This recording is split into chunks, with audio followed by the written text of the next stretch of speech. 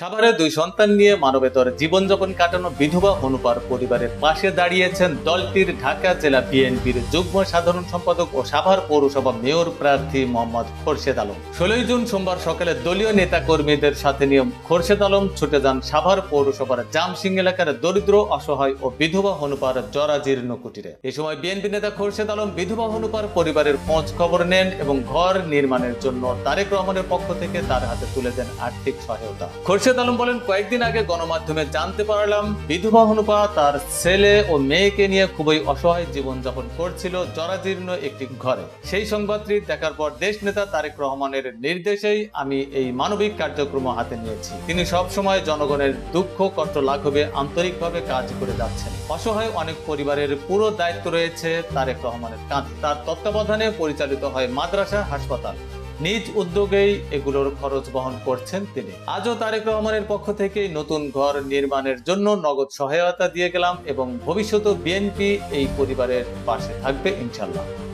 বিধবা অনুপা বেগম, ওনার বাড়িঘর কিছু দুষ্কৃতিকারী রাস্তা নেওয়ার কথা বলে ওনার জমি নিচ্ছে, বাড়িঘর ভাঙে ফেলছে।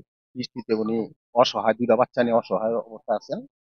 এটা জানার পর আমরা দলের হাইকমান্ডের সাথে কথা বলছি। আমরা দলের বিএনপির ভারপ্রাপ্ত চেয়ারম্যান তারেক রহমানের পক্ষে আসছি।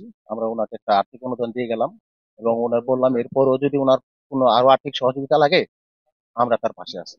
আমার সাথে আমার কাউন্সিলর প্রার্থীরা আছে, তারা সবাই মিলাই সব একযোগে আমরা এই মহিলার পাশে আছি। উনি যাতে ভবিষ্যতে এইরকম ঘটনার শিকার না হয় আমরা তার। এই সময় সাভার পৌর ১ নং ওয়ার্ড কাউন্সিলর প্রার্থী ও ভিক্টোরিয়া স্পোর্টিং ক্লাবের সাংগঠনিক সম্পাদক মনিবুর রহমান চম্পক, ২ নং ওয়ার্ড কাউন্সিলর প্রার্থী ইয়ার রহমান উজ্জ্বল, ৩ নং ওয়ার্ড কাউন্সিলর প্রার্থী রাশেদুজ্জামান বাচ্চু, ৭ নং ওয়ার্ড কাউন্সিলর প্রার্থী ইউনুস খান, ৮ নং ওয়ার্ড কাউন্সিলর প্রার্থী মোশাররফ হোসেন মোল্লা ও পাথালিয়া ইউনিয়ন বিএনপির সহসভাপতি হযরত আলী সহ বিএনপির বিভিন্ন স্তরের নেতাকর্মীরা উপস্থিত ছিলেন। ঘর নির্মাণের খুশিতে বিধবা অনুপা বলেন, পুরনো ঘরটিতে একটু বৃষ্টি হলেই পানি পড়ে। ঝড় তুফানের সময় ভয়ে থাকতাম, আর নতুন ঘর তো আমাদের কাছে স্বপ্ন ছিল।